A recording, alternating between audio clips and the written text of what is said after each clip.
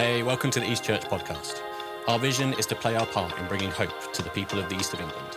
To connect in, visit us online at weareast.church or follow us on Instagram at weareast.church. Enjoy.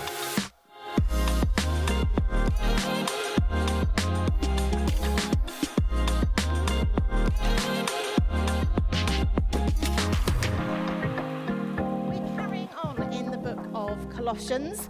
We're working our way through. And as a staff team this week, we had a brilliant morning with Rosemary MacDonald, who worships at the 4 and is a Myers-Briggs practitioner. Put your hands up if you've done a Myers-Briggs course. Yes, loads of you. I think I last did one nearly 30 years ago. And I was like, has marriage, has parenthood, has life kind of changed me over those decades? And the short answer is no, I'm exactly the same, which kind of says it, maybe it's accurate, kind of goes to the heart of who you are. It was a really fascinating morning, learning more about each other's profiles and kind of understanding the dynamic between each of us and as a team a little bit more. One of the things that it did for me that morning was to reinforce that I am indeed a big picture person. So when we come to something like Colossians and going through verse by verse, it's not really my thing. You can't really say that as a vicar, can you? But it's not. I'm a big picture person. I like the broad brushstrokes. And I realised that's why I was finding it hard to get stuck in, because I was getting bogged down by the verse by verse exegesis. I'm a big picture, so I'm going to give you big picture, broad brushstrokes look at the passage set before us this morning. And we're going to do that looking at Colossians chapter 2, verses 16 to 23. You can reach for the Bibles on the side or bring them up on your phone, but there's a little note here. I'm going to use the Message version because I think Paul, in this particular section of Colossians, is wanting to be especially plain speaking to the people at this small, new church with new young Christians. It's plain speaking. He wants them to hear a very clear message. And I want you to hear it as plainly and clearly as they did. And I feel like the Message version does that most effectively this morning. So it should appear on the screen because Ian is brilliant and has typed it up for us this morning. So I'm going to read it to you now. Colossians 2, 16 to 23. So, don't put up with anyone pressuring you in details of diet, worship services, or holy days. All those things are mere shadows cast before what was to come. The substance is Christ. Don't tolerate people who try to run your life, ordering you to bow and scrape, insisting that you join in their obsession with angels and that you seek out visions. They're a lot of hot air. That's all they are. They're completely out of touch with the source of life, Christ, who puts us together in one piece, whose very breath and blood flow through us. He is the head. We are the body. We can grow up healthy in God only as he nourishes us. So then if with Christ you've put all that puffed up and childish religion behind you, why do you let yourselves be bullied by it? Don't touch this. Don't taste that. Don't go near this. Do you think that things that are here today and gone tomorrow are worth that kind of attention? Such things sound impressive if said in a deep enough voice. Can't do that. They even give the illusion of being pious and humble and austere. But they're just another way of showing off, making yourselves look important. Pretty plain speaking, pretty impassioned writing from Paul to this very small, young church he'd never met, but he'd heard worrying things about, and he wants to give them clarity. He wants to put them straight. He wants them growing up well, deeply rooted, as we heard last week, in who Christ is. Only Jesus matters to Paul as he writes to this church. So I've got a question. Put your hand up if you are on social media of any kind. Now, I know Tom's hand is not going to go up, but I imagine quite a few other hands might go up. Are you on Facebook? Are you on Instagram? You might all be too old for Snapchat, TikTok, I don't know. Some of you might go, yeah, I'm there. A number of us, quite a lot of us, are or will have been on social media. Those of you who are not might be because you know it's not done you any good and you've stepped back, you stepped away. Or you might be like somebody I heard this week whose husband had bought them a new tiny phone to put them off scrolling on social media because it would be a less satisfying experience. He bought one for himself as well. So I wonder, what is on, if you're on social media, what is on your social media feed? What pops up on the reels if you press that particular button? Because I think they're a good indicator of what those hidden algorithms think you're into, what they think you're interested in or in need of, depending on where you've been, what you've said, and what your device has overheard you say, and what you've browsed, etc. For me, at the moment, my feed is full of decluttering and cleaning advice because I've got people in and chaos reigns. It's got GCSE revision products keep coming my way, parenting tips, hypermobility tips, women's health supplements. So much coming my way through the 2 platforms that I use, and they might seem harmless enough. But I fear that in truth there is nothing benign about these voices and these reels. Because I think the truth is they are all wanting a piece of me, of my money, of my attention, of my time, of my like, of my follow, of my head and my heart.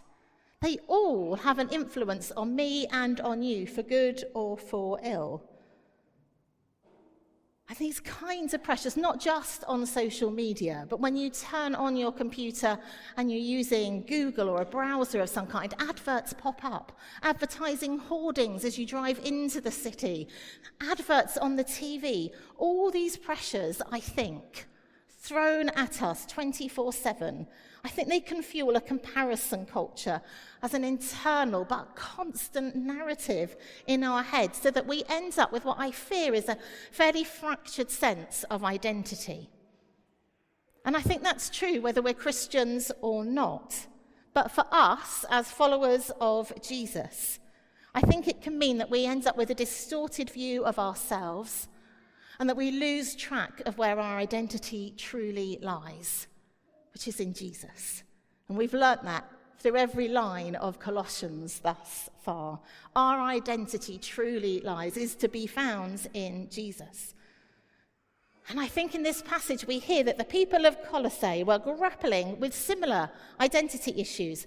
The pressures they were under as a new faith community are somewhat akin to the voices that surround us 2,000 years later. These new Christians that Paul was addressing were coming under pressure from at least 2 competing factions, the Jews and the pagans. These new believers in this young church, they were learning to celebrate the Lord's feast days rather than pagan festivals. They were learning how to honour his Sabbath days rather than the holy days of the false gods of the pagans, to receive their food with thanksgiving, whether it was purchased in a meat market or prepared according to the Jewish food laws. Let no one, Paul is saying, Jew or Greek, judge you in your food or your drink or your holy days or new moons or Sabbath days. These young Christians were learning a whole new way to live, set out in God's word and in the life of Jesus. They were growing and they were increasing in their knowledge of God. They were putting down roots, foundations in who Jesus is. And on the one side, there were some Jews who would judge them negatively for not being perfect in their holy day or Sabbath day observance. And on the other, there were their pagan or Gentile families, neighbours, co-workers, who might judge them negatively for no longer participating in pagan celebrations or from abstaining from pork. They were under cultural pressures. They were often loud, pervasive voices that were demanding their time, their attention. And Paul is pretty clear in his response to those cultural pressures. Verses 16 and 17, he says, don't put up with anybody pressuring you in details of diet, worship services, or holy days. All these things, he says, are mere shadows cast before what is to come, the substance that is Christ. Not only were the challenges to the faith of the Colossian church out there, but they were also to be found inside the church too. They were kind of seeping into the life of the church, shaping the practices and the beliefs of that young church. And in particular, Paul sets out 3 false teachings that they were grappling with. 3 false teachings that claimed to offer a plan for spiritual growth, but that didn't have Christ at the centre. The first we find in verse 16, it's legalism. The idea, inspired by some of the Jewish laws around diet and holy days, mixed with other religious ideas and practices, that you have to eat in a certain way and observe certain holy days in order to be spiritual. The second was a form of mysticism, a kind of mix of self-denial, calling on angels to protect you, having spiritual experiences and visions, and being proud about it, kind of in Gen Z language, flexing about those things. And the third was asceticism, the idea that you must abstain from certain food and drink in order to be spiritual. You might say, we do some of those things, Joanna, as the people of God, as the church, set apart from the culture in which we live in. We are marked by differences from the secular culture in the way that we live our lives. But these were things that were negatively impacting the young church, that were trying to help them to grow, but were not focused on Jesus. Jesus was not at the center. They were a distraction. They were leading away from Jesus, rather than helping them to be rooted and find their identity in Jesus. And this mix of ideas was permeating the church and seemed to some in that church, it would seem, because of Paul addressing this, it seemed to some of them that this was a better way than the way of Jesus that they had been taught. So while they were exposed to different influences, different to the ones we're exposed to, they were a product of their culture, just as we are a product of our culture, affected by what is around us and tempted to believe and to listen to, adhere to those voices around us. So the question before us this morning is, what is our culture telling us? What is it that is tempting us away from Jesus? What are we tempted to believe that is leading us away rather than closer to Jesus? What would be on Paul's list if he were writing to us this morning? Well, maybe for some of you, your social media algorithms will give you a clue to that. I don't know whether you get adverts for yoga or for meditation, or manifesting is a bit of a thing at the moment, isn't it? Manifesting good stuff in your life. Astrology is still a thing, isn't it? The pressure to accrue wealth because that will lead to happiness.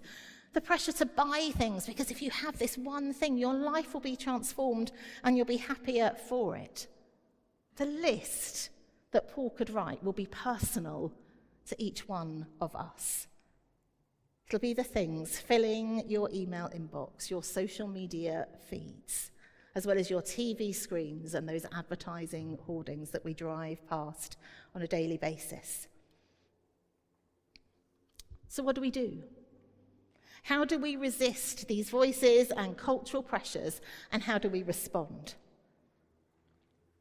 Well, Paul provides just one answer: Jesus. It sounds like a Sunday school answer, but it's not. The same answer that Paul gave to the Colossians is the same answer he would speak to us today. Instead of shadows, Paul says, look to the substance. Verse 17, he says, these things, this list of false teachings, they're shadows of the things to come. The substance belongs to Christ. All those Hebrew laws that the Jews adhered to about diets and holy days, they had a purpose before the coming of Jesus. They'd all anticipated, pointed to, looked to the day when Jesus would come, But as the book of Hebrews, chapter 10 says, they too were just a shadow of good things to come instead of the true form of these realities. Everything changes in Jesus. Our center, our wholeness, our identity is to be found in Jesus, not these other peripheral things. Because now, Paul says, we have the substance. Now we have the true form of these realities. We have Jesus. The brilliant James Williams says, go direct to Christ. Don't let anything, however apparently good, get in the way. Go directly to Jesus. So the answer to legalism is Jesus. Instead of mysticism, hold on to Jesus.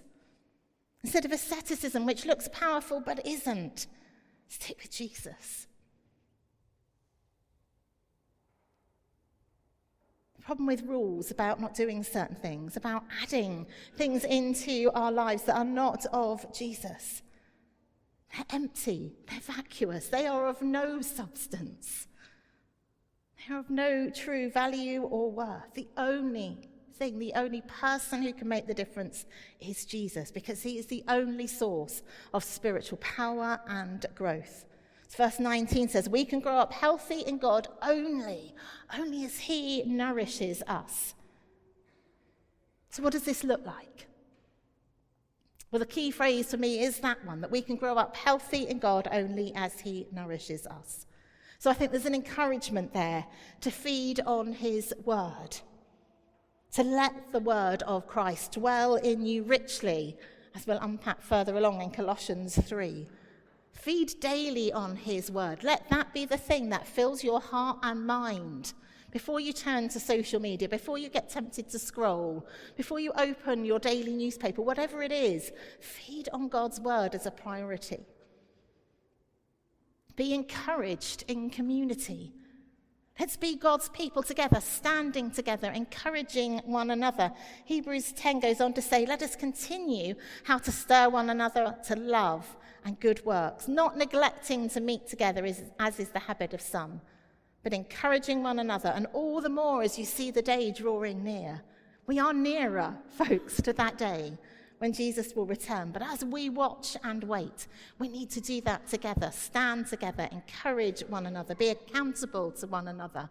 And that looks like coming together on a Sunday. That looks like being in a table group. That looks like being in a prayer triplet. That looks like praying together at Kingdom Come once a month. Being God's people together, standing firm, rooted in Jesus, fixing our eyes on him together as God's people. Thirdly, I think we need to be careful. You'll have got this message to be careful who and what we watch and listen to. Jesus says in Matthew 7, beware of false prophets who come disguised as harmless sheep, but are really vicious wolves. Beware, folks. Be discerning about what you let into your lives, what you listen to. There's many a time we need to turn away, turn off, step away, step back. I love this little lad on the screen. Just check it, is that picture? I feel like he's praising the Lord. Don't you just think he has praise music going on through those headphones? He's not filling his ears with rubbish. He is praising the Lord. I'd love us all to be filling our time with that. And lastly, I think there's an encouragement to be nourished at the Lord's table. It's God who feeds us. He is the bread of life. He is the one who promises to give us fullness of life. The rest will leave you feeling empty, hungry. But God feeds us by his word, and he feeds us as we gather around his table. As I read this week, we come to him as hungry beggars in need of bread. We eat and drink with thanksgiving. He is the bread of life. He is the only one who can satisfy. Jim Packer says the holiest Christians are not those most concerned about holiness as such, but those whose hearts and minds and goals and purposes and love and hope are most fully focused on Jesus Christ. He wants all of your lives, not just little compartments, little Sunday bits, but all of us. He is the head, Paul reminds us. And we are the body. We can grow up healthy in God only as he nourishes us. So as we come to communion this morning, what will you come to the table hungry for today? What junk food, as it were, do you need to give up on? Because it will not satisfy. Only Jesus will truly satisfy. He wants to nourish you with his goodness by his word as we gather around his table, as we meet as his people. He will nourish us as we encounter him. So as our response before we lead into our act of remembrance, we're going to listen to a song called Centre. And I feel that's been the theme of the past few weeks, putting Jesus at the centre. That's Paul's central message so far in the book of Colossians. The answer is always Jesus. Put Jesus at the centre.